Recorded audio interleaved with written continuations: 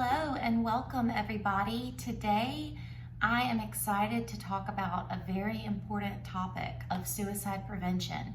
And I have one of the most special people to me. We've known each other for, I guess, over 15 years. Yeah, longer than that. I think we're old now, but yeah. Right, we're definitely old now, especially compared to teenagers.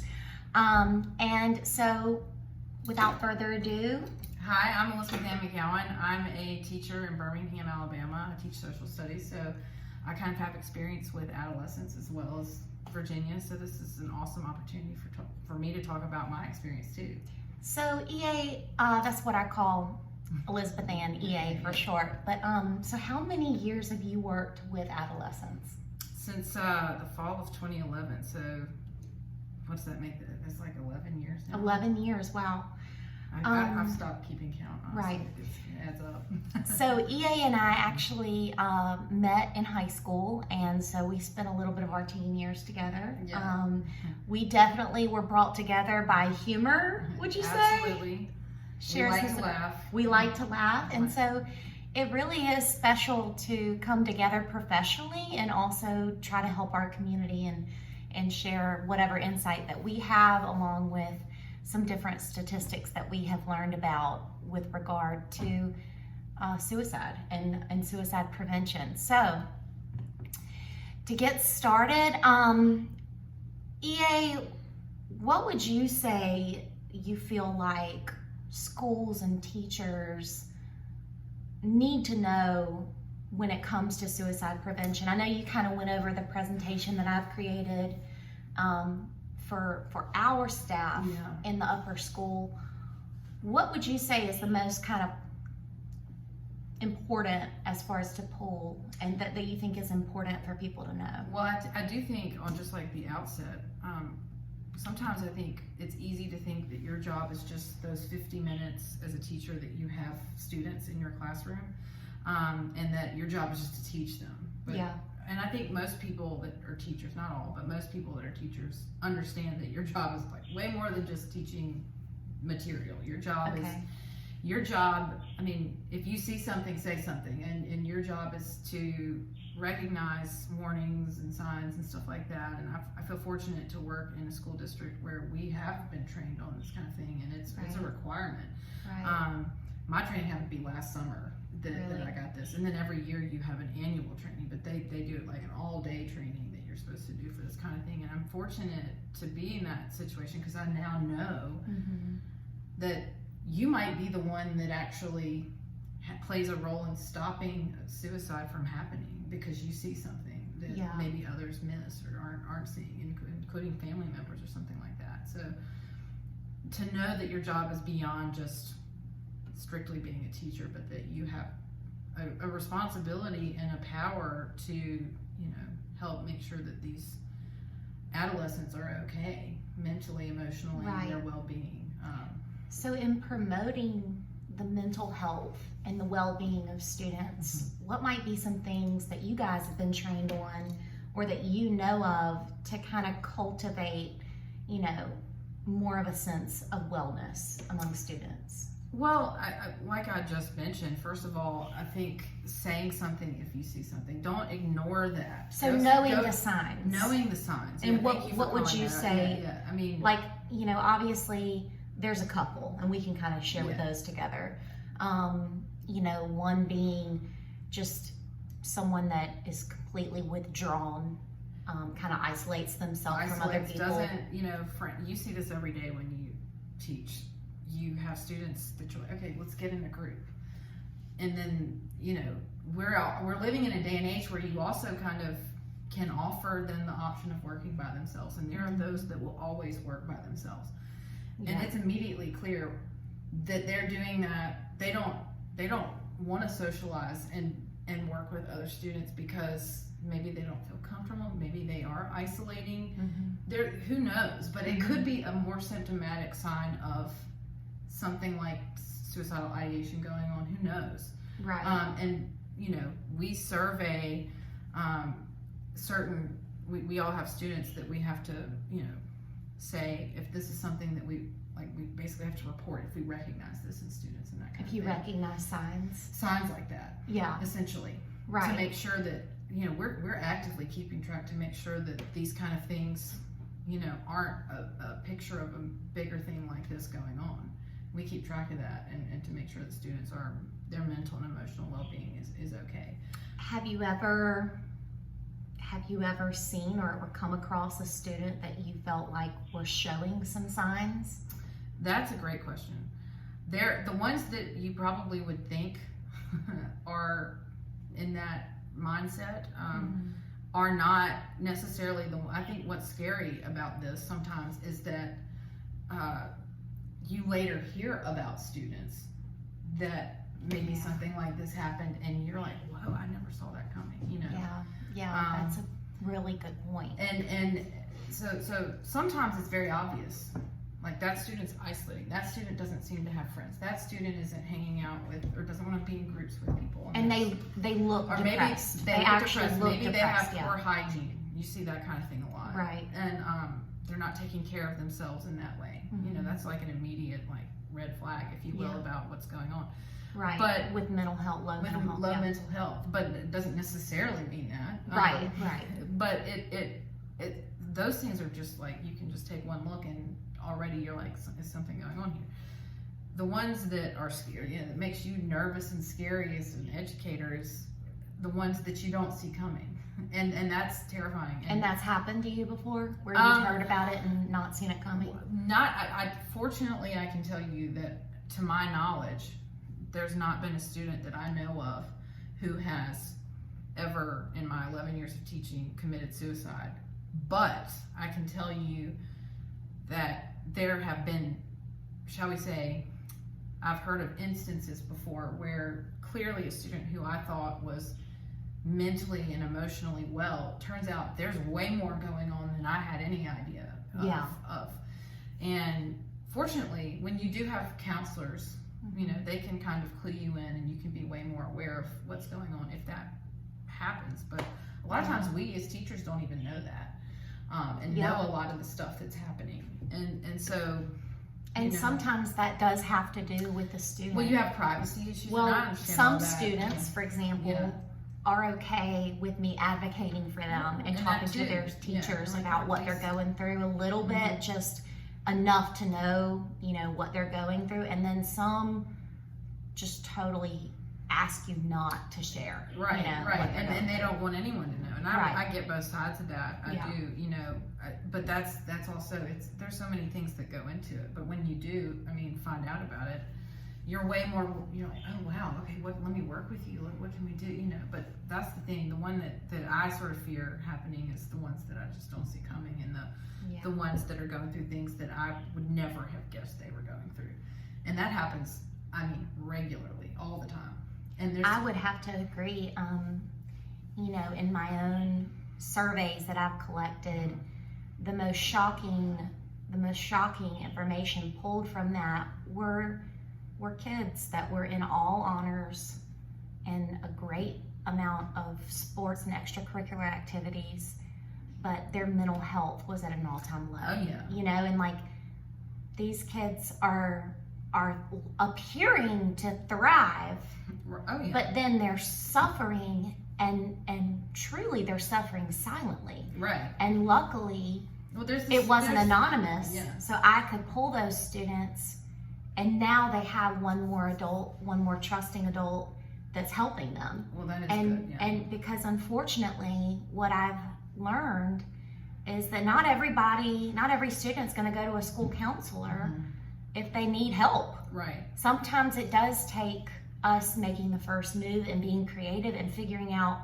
like you mentioned, even screenings and all working together. If a teacher sees something, doing the type of screening to get it to the counselor. Yeah. And that kind of thing. And we are encouraged, obviously, I think any teacher that I work with and know, we're encouraged to speak to counselors if we see something and have them take it further. But there is so much truth in that oftentimes where the kids hit their lowest is not during the school day. Right. It's 11, 12, 1 a.m. After the stresses of the school day are long done and add up to, the later hours. And they go home and the pressure. I mean, I know this generation, I feel like when we were in high school, speaking of, there was a lot of pressure, to succeed academically, to be a part of all the extracurriculars. But now, I mean, it's almost where you got to have a job, you got to have all these, volunteer hours, you have to be part of sports teams, you have to be part of a band, you have to be part of,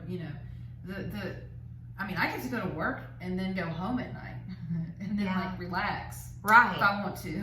Right. They're busy from like sun up till, the wee hours. A lot of them don't even sleep, like normal hours. A lot of them are very sleep deprived. And I'm sure that, even if they knew the stats as far as like the need to sleep 7 to 10 hours a night. None of them are sleeping. I know, I mean, there's occasional, obviously. I don't want to say none, but plenty of students that I talk to do not get an appropriate amount of sleep. Even if they wanted to. Right. They can't. And I've had someone say, hey, Miss Gordon, like, this isn't possible for me. Right. Like, even if I wanted to, I could not get 8 hours of sleep. Which I can really, I'm a night owl.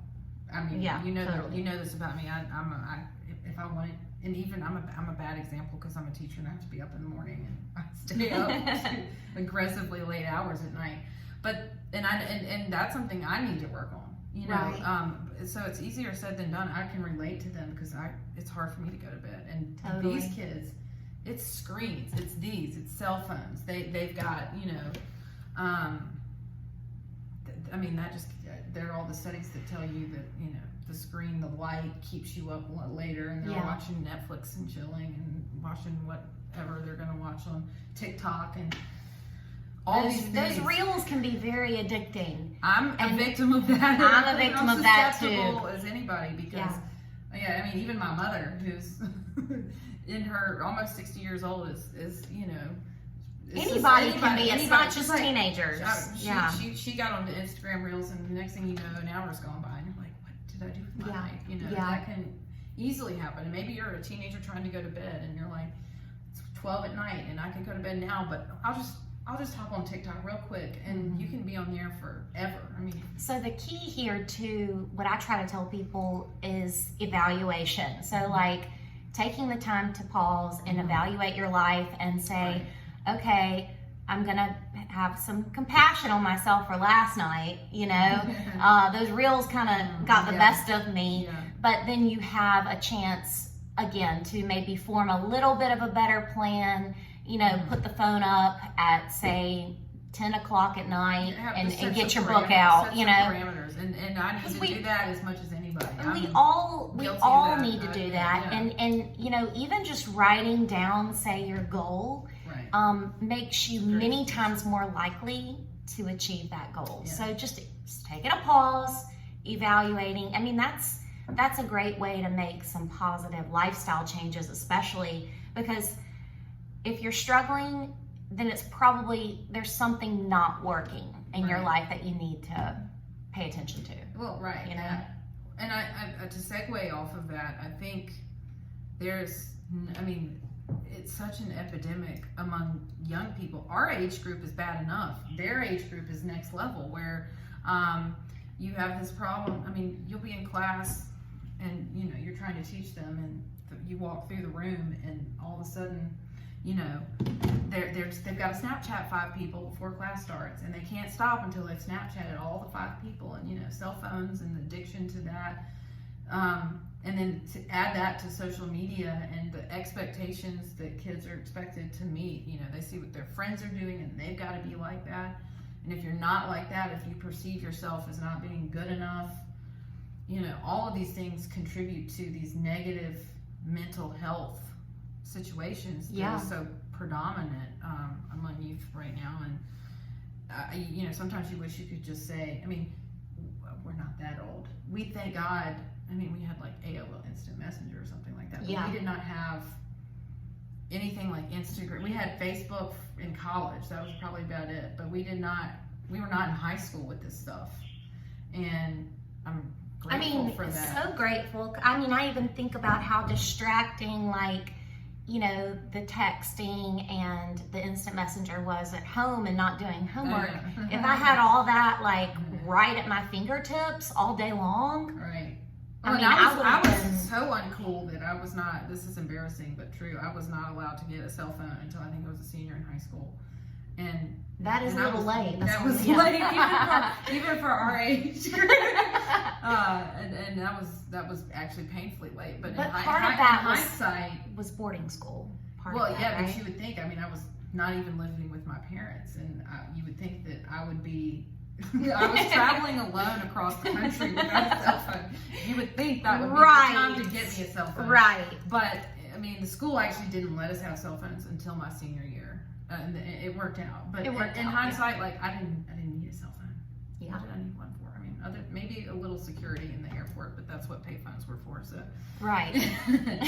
Anyway, I'm glad we didn't have that, and I, do worry about, like, the long-term impacts on this generation. Yeah, I know. And what, kind of effects social media will have on them, so. Right. Well, I would say some people are more vulnerable to some of the harmful effects of it. For example, people where mental health problems might run in their family, where addiction might run in their family. So True. Some people be more severely impacted than other people. True. So that's kind of a little bit of insight to be aware of, but so it sometimes does depend on the individual. But let's go over some of the stuff that has recently come out in 2021 that does separate the teenagers now from the teenagers that we were 15 years ago. So this is basically from the Adolescent Behaviors and Experiences Survey that came out in 2021. It stated that the number of high school students feeling persistent sadness or hopelessness rose from 26% to 44%, and that this is the highest level of teen sadness ever recorded.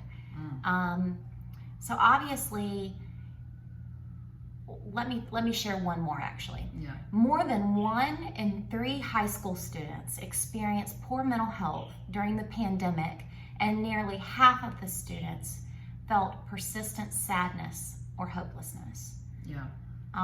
That pandemic did something too. Well, in some ways, I remember thinking, like, for the first 3 months of the pandemic, thinking, oh my God, this is great. This is like much needed rest and relaxation time. Yeah. I can get used to this. But then when it became, these are all the different ways that we're going to have to accommodate to teaching or to working, your continued isolation.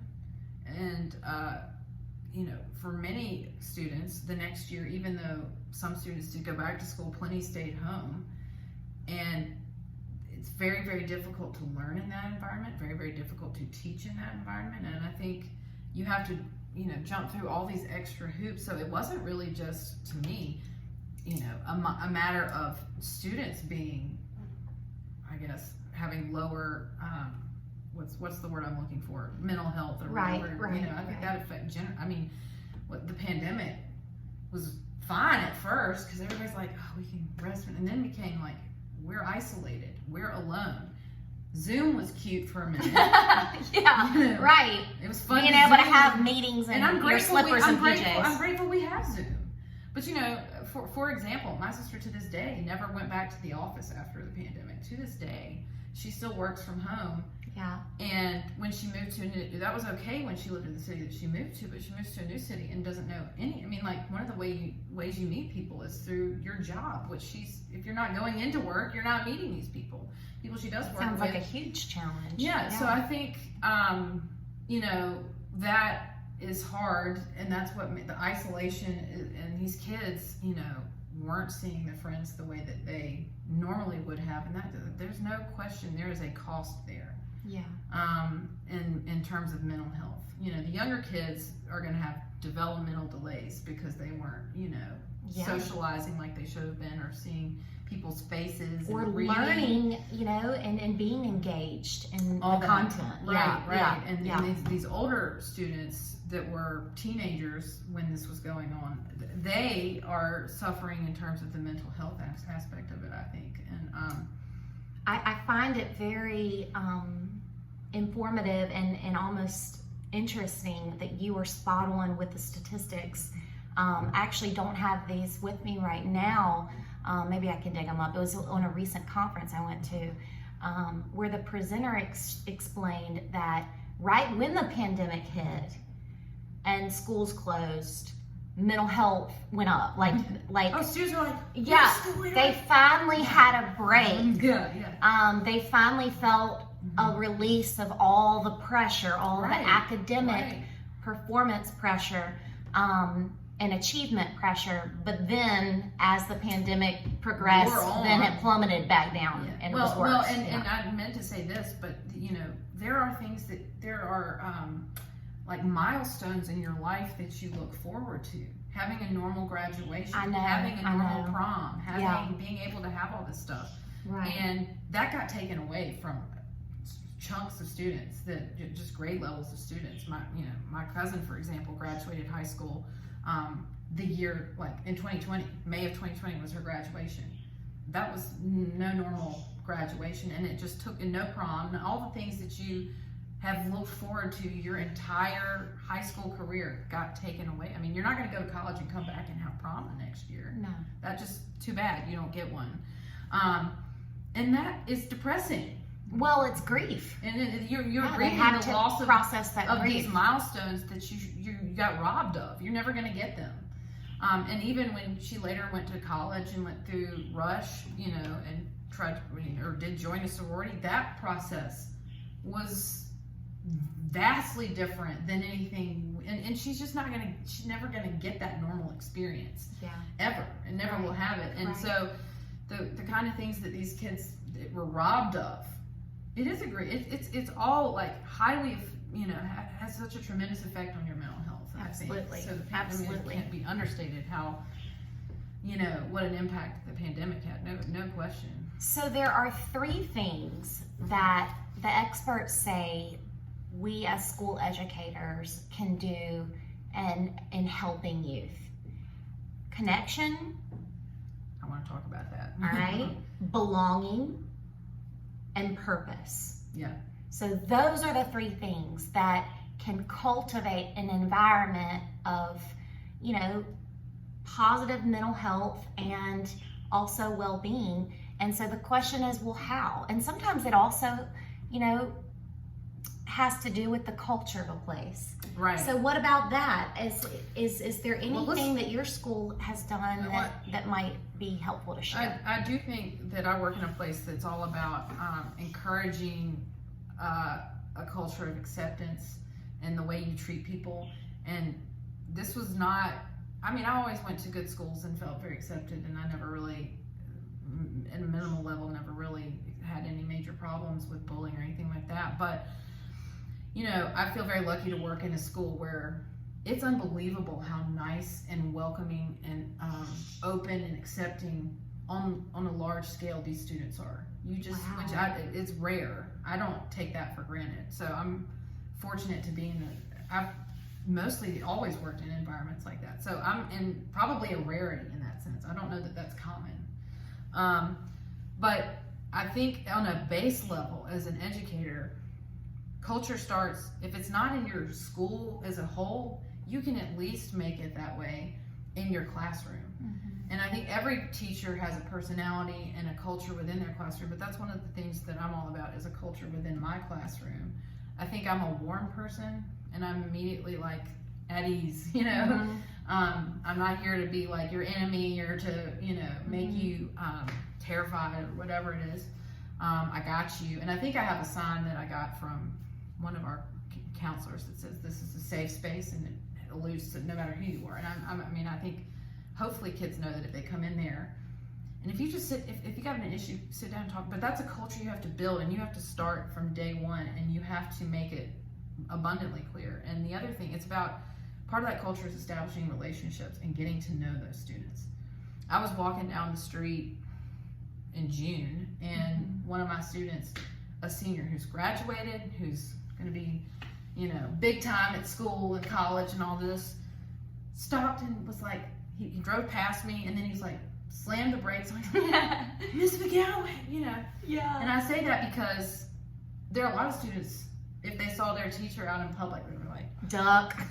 Get me away from here. But he was excited, and this kid is outgoing, to be fair, but I also think he wanted to stop and say hello, and it's because of building that culture and knowing that you are a safe person to talk to, knowing that, you know, I think that builds positive. It's all about relationships, knowing somebody cares about you, and they all know that I care, you know. And if I saw something, they were gonna, you know, if something was going on, or you know, I had a little bit of drama. I've had drama in my classroom before, but you're gonna hear from me. We're gonna talk about it, right? You know. So you're saying you would address, say, bullying or mean behavior or drama that was toxic. If you would address it, yes, yeah. Yes, I don't, without getting too specific, but yes, if I saw, I mean, I don't really, like I said, I work in a place that's extremely accepting. So bullying was less the issue. Right. And that is more in middle school. Statistically than in high school. People are kind of more mature, and I tend to teach seniors, and that means that, you know, they're a little bit more mature, and they're kind of over being just petty and that kind of thing, which is good. I mean, that's one reason I like teaching seniors. But in the other sense, I guess, you know, it's about if I see or hear of an instance where senior or teachers, I can't talk, y'all, where students they have a problem with somebody else, and especially if it comes from, you know, I teach a class where students are in a debate about political issues from time to time, and if they're going around, you know, you won't believe what so-and-so said. No, we're not going to do that. We're not going to do that. We're going to, even if we don't agree with everybody's opinion, we're going to respect each other and learn how to have a civil dialogue. Right. And that's a culture that I'm all about and teaching, and hopefully that leads to that happening more in the real world. One of the recent statistics I heard is to help promote this kind of culture of belonging and connection and purpose and everything is minimizing the negative. Yeah. And usually you don't hear that. I mean, even with me and my own theoretical approach of positive psychology, I'm focused on the positive. Focusing on the strengths of those people. But they found minimizing the negative is actually very helpful for a culture. Yeah. Oh, I agree with that. Because not addressing it, we can sit here and focus all day on the negative, and that's what they're going to focus on. And when I was that age, that's what I focus on. Sometimes I'm my age now, and I focus on that. It's easy. It's like human nature to focus more on the negative. Absolutely. When you can be the outsider who doesn't have a dog in the fight, and you can see it clearly, and be calm and have this rational. Actually, it's not as bad as you think. And here's what's really great about this situation. And let's try and do that as a learning opportunity. Right. It's all about a learning opportunity. That's a great way to put it. Yeah. Absolutely. You know, I think the other thing that you mentioned, purpose, it reminds me, I never met my great-grandmother, but there was my aunts used to be very homesick when they went off to college and high school and everything, and, you know, or camp, whatever it was that they went off and weren't at home. They were so homesick, like I was, and my grandma. Well, stop thinking about yourself and think about somebody else. And I think when you know, one of the reasons, like, we're in the profession that we're in, it's not because we're making the big bucks. We're in this profession because it's fulfilling. It has a purpose. Yeah. And that, you know, I think when you decide to think about somebody else and you find something that drives you, another purpose, that does so much for your mental health. And 100%. Students can do that just as adults can do that. Whether it's, you know, maybe you find your hobby that's your everything, or maybe it's your community service, and you actually do it not just for a good resume, but doing it to something like something that you want to do. Yeah, that's something where you even see a need and you want to help care about the cause. Because, you know, and if you're an athlete and you think, I want to go build houses for Habitat for Humanity or whatever, maybe that's not your thing. Well, go teach basketball to kids and have fun, you know, whatever it is, find your thing. I think there's, you know, it's like students always like, I hate reading. Actually, I don't think you hate reading.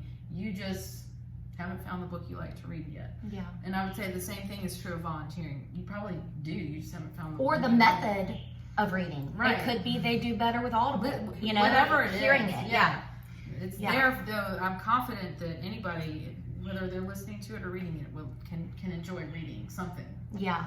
So It almost makes me wonder if you've really listened to my spiel all through my career. But it sounds like you know this just intuitively, but it's absolutely true. Like, one of the biggest things from positive psychology is knowing, that a great way to help young people is to help them to discover a purpose beyond themselves. And when they do, when they engage and they do civic engagement or community service, their anxiety levels lower, their depression lowers, and because they're not focusing on all the things that they want that they're not getting. They're finally focusing on a purpose beyond themselves, and it's therapeutic. It is, and I also think that like the gratification you get from those things that you're doing is another, like, it's boosting, it's fulfilling the serotonin or Come whatever on. the chemicals, and you're like, oh, I'm happy chemicals that are happening here, and it is so self-gratifying,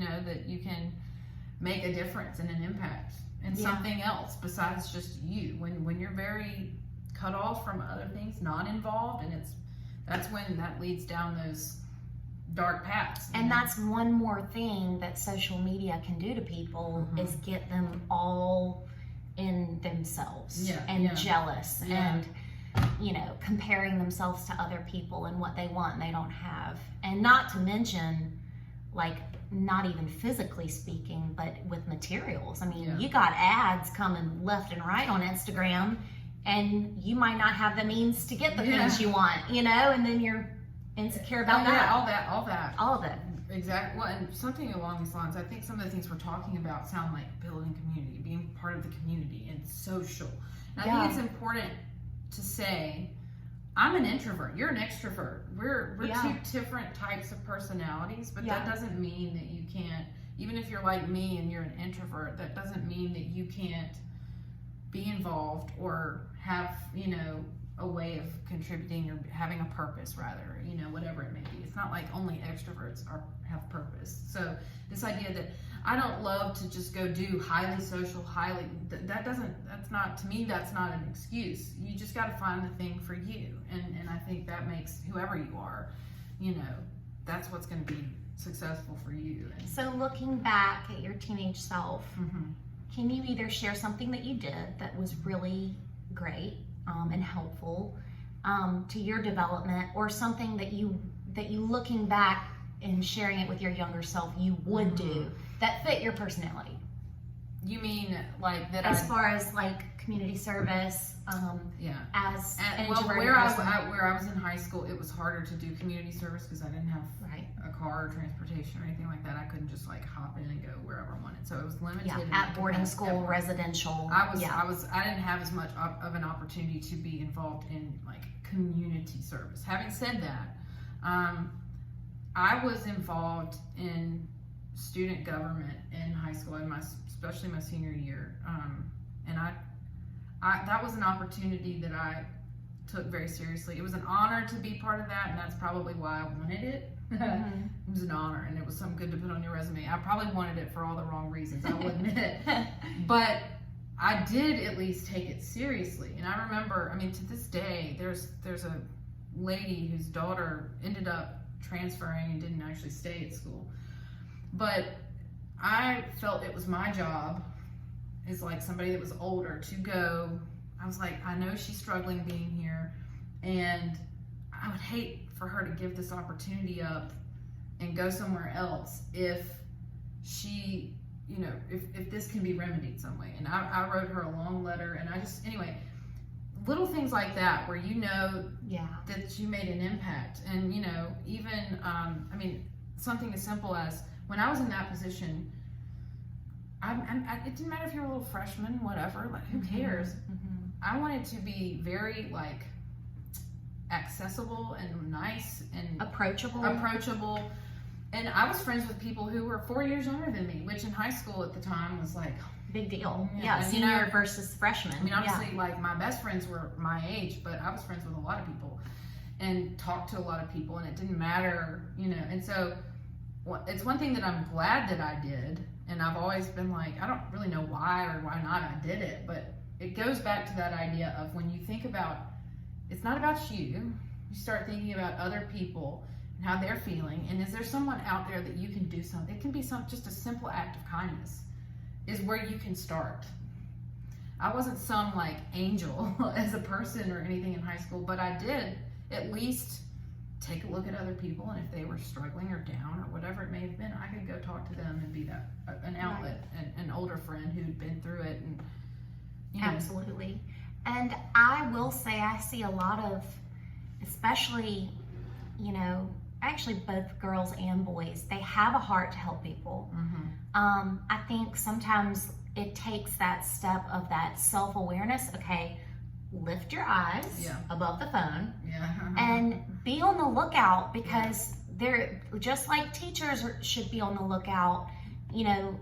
Teenagers should be on the lookout for someone that might be sad in the corner, or someone sitting alone, and help them. And honestly, sometimes it takes boldness, it takes courage to go up to somebody and say, "Are you okay?" Yeah, because sometimes they're really like, they're not saying this out loud, but they might as well be emitting a message that says, "Leave me alone, don't talk to me."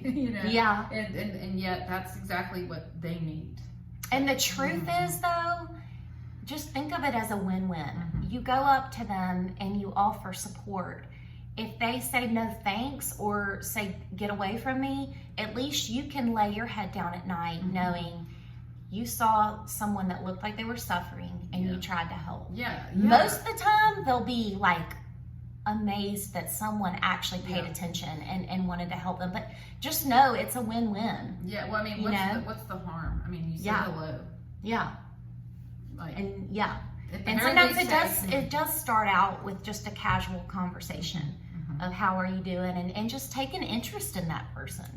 Like when I hear, even with the the LGBTQ population, and how you hear about the mental health statistics, and how even during the pandemic, a recent statistic is over half of the LGBTQ population considered suicide, and that's just so upsetting to hear about. One of the biggest things I learned in my trainings and helping this minority group is just be curious. Just seek to understand them. You don't have to know everything to have a conversation with them, and just seek to understand. And that goes along with even different cultures, someone different from you. Just be curious, seek to understand, and who knows, you could have an amazing conversation and help someone, and maybe walk away from the conversation a better person. Right, and that gets back to, I tend to figure out these things. Sometimes it's not always obvious, with students, what if they are, struggling with their sexuality or something like that, or if they come from a different culture or whatever it might be. Sometimes it's not always even apparent, and you might not know. But at the beginning of my class, every single day, this is something I learned from a friend, and it's the best thing I do. I ask a question of the day, and I'm not going to ask a question of the day that's it's a fun little nothing question, but you wouldn't believe what you can figure out about people and how much they look forward to telling you about themselves. And then that's how you really develop this relationship. I love it. Give us an example. One that comes to mind, but see, I'm always highly opinionated, so this is how they love to argue with it. It gets great, but sometimes it's not always 100% about what you teach. It's about building that relationship. And so, exactly. What's your favorite candy bar? It can be something as simple as that. And okay. And I'm actually, you like Almond Joys? That's disgusting. and chuckle a little. Yeah. And they're like, that's terrible. You like pizza cups? Who likes that? Or whatever it is. And we can. But my point is, that then makes them comfortable with you, and you can figure out who in your class has this issue or feels that way, or. And you get to see their personality a little bit. You get to see their personalities, and the thing I like about the question of the day is I go around and I ask it of everybody, and even the ones that are really hesitant to talk. And sometimes some are more willing to talk with certain questions than others. Even the ones that don't want it, but they always. I have yet to find a student who's I'm not answering that. You can see they kind of appreciate that you do that. Oh yeah. But it's treating every student the same way. You're not like, oh, I only want to talk to the ones who are, perceived as being popular, this, that, and the other. I want to know everybody. Because you're modeling everybody's voice matters. Correct. Every single person. No matter who you are, and everybody gets to speak. Yeah. It's not, and it's not, it also teaches them to talk in my class. And even when they feel like they're not really welcome to speak, and maybe other teachers, I don't know. Oh, that's so huge. That is so huge. I guess my last question would be, which I know that we've, oh dear, already 40 minutes. Isn't that amazing? I love it. We weren't going to be short. Oh, no way. Any tips on maybe teachers and educators listening in, and even teenagers that are maybe not part of a very inclusive, accepting community where people feel a deeper sense of connection and belonging, and they want to improve belonging in their school despite where anybody comes from? How to build that up in a culture, just even beyond your classroom? Yeah. Well, you said beyond the class. Well, it starts in your classroom. Okay, it starts in the classroom. I think you can be the model for everybody else. And I think that is so tremendous. I'm, like I said, very fortunate to work somewhere where I don't think that's a major issue. I think the culture in the school is right. great. But so, like you said, it's rare. But like that's not everywhere. No, I know. But my point is, for everyone that doesn't get to experience that, it starts with you. I mean, take some personal responsibility. Corny, cliche phrase, be the change you want to see in the world. And that's why I say it starts in your classroom. Show everybody else what could be and expand it. It starts with you. Convince your fellow teachers, and it's a kind of a movement, if you will. And you will see teachers throughout your career who just don't care. And that's sad, and they, hopefully will realize that if they just don't really care that much, they probably are in the wrong profession. Because, when you're a teacher, you have to care about like all kinds of stuff beyond just like, if you don't know this information, too bad. It's way more than that. Otherwise, you're not in the right field. And find those people, encourage them, spread the love, if you will, and that kind of thing. But it starts with you, and be the model and the change you want to see. That's very true. I love that. Easier said than done. I'm saying this as someone who works in a place where this isn't a problem, but I think I would still be doing the same thing I'm doing now if I were in another school, and that would hopefully catch on. Yeah. Another thing is take care of yourself. Like, especially if you're a teacher who's offering a high amount of support to students and other teachers. It's hard. You need to get rejuvenated, because if you don't, you're going to experience burnout. You will. So really help yourself, whether that be something as simple and basic of meeting your basic needs of just like trying to get a little bit more sleep a night, or taking a vacation. Pointing to myself. Yeah. Or like, I don't know, going down to Mobile, Alabama and seeing your good long lost friend. Get that, yeah, exactly. So, I mean, I should have said that. There are certain years that are really hard, and especially we talked a while back about the pandemic, and that was hard on, it wasn't just teenagers or working professionals. It was teachers as much as anybody. I mean, it was awful. For sure. So, I mean, I'm the guiltiest about taking care of myself. I'm like, work first, the kids first. If I, don't get enough sleep, which I never get enough sleep, or if I don't eat right, or if I don't do, who cares? Who needs to exercise today? I'll do that tomorrow. I'm so guilty of that as much as anybody. And that is my goal for this year. Last year, was all about work. This year, I'm going to be doing a good job at work because that's who I am. But I'm going to make sure that I take care of me too. So, yeah, absolutely. That is huge. That is a great point. I am so glad that you love that too, because there are some people that are like, don't tell me one more responsibility I have for myself. It's like another job, but it is, I mean, it's if you worth don't, it. It is, well, it is. And I'm not, I can like do fun things better, but it's like the hard things are where I've really got to, the things you don't like, eating better. I don't want to, sometimes you have a hard day at work and you just want a hamburger, but Right. do it. That's okay every once in a while. It's totally okay every once in a while, and it's all about like that resetting, that self-compassion, Yeah. and every day is a new forgivable, day, new mercy. Yeah. Come on. Yeah. I'm also not saying be too hard on yourself, but my goal this year is to take better care of myself in general. Like, yeah, because the truth is how this looks.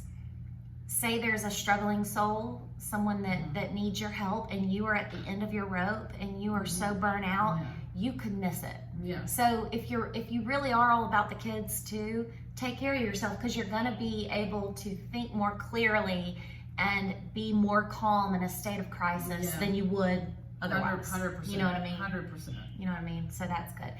I would say the last thing I wanted to share with everybody listening is that effective as of July 16th, 2022. So 10 days ago. Yeah. This is brand new information. So you can connect with a mental health professional 24 hours a day, especially if you're having suicidal ideation or really anything, related to mental health and feeling alone. You can connect with a mental health professional in calling, not 911. However, if it's an emergency, please call that. But you can call 988. So that's huge. If you already have the other lifeline, 1-800-273-TALK, that still works as well. This is just an additional one that is now effective. So that's awesome. And how cool is that? Yeah, and you can text 741-741. So anybody listening, just go ahead and put that in your phone, because it could be you're sharing this with someone else who needs it down the road, for sure. And just knowing you have that available. Yeah. Even when you feel so alone that there's no one you can talk to, you have that available. So yeah, that's big time. The biggest thing you can do for someone that's struggling, especially if, say, you find out that they're having suicidal ideation, is to help build up hope within them. So that's really big, and just get them linked up with a mental health professional, whatever you can do. Finally, too, there are some really great resources. Erica's Lighthouse has some free resources, especially if you're an educator or a parent or a teenager. Like, you can literally get all these awesome free resources. So I would highly recommend that. The only other thing I would really recommend is it's called Youth Mental Health First Aid. This is a 6-hour course. That's what I took last summer. For real? Yeah, for real. How great was it? It was amazing. Yeah. It stayed with me.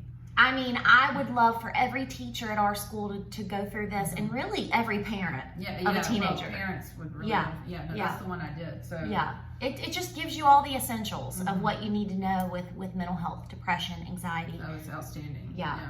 I agree. For sure. So thank you guys for tuning in, and I want to give a big thanks to you, EA. Well, I'm glad to be here, and maybe one day get to be back. I don't know. We'll see. Oh yeah, I would love that. No, I really appreciate not only your heartfelt, insight that you're sharing, but also your experience. So thank you. Yeah, thanks for having me. All right, everybody, we'll sign off there, and hopefully we'll see you next time. Bye. Bye.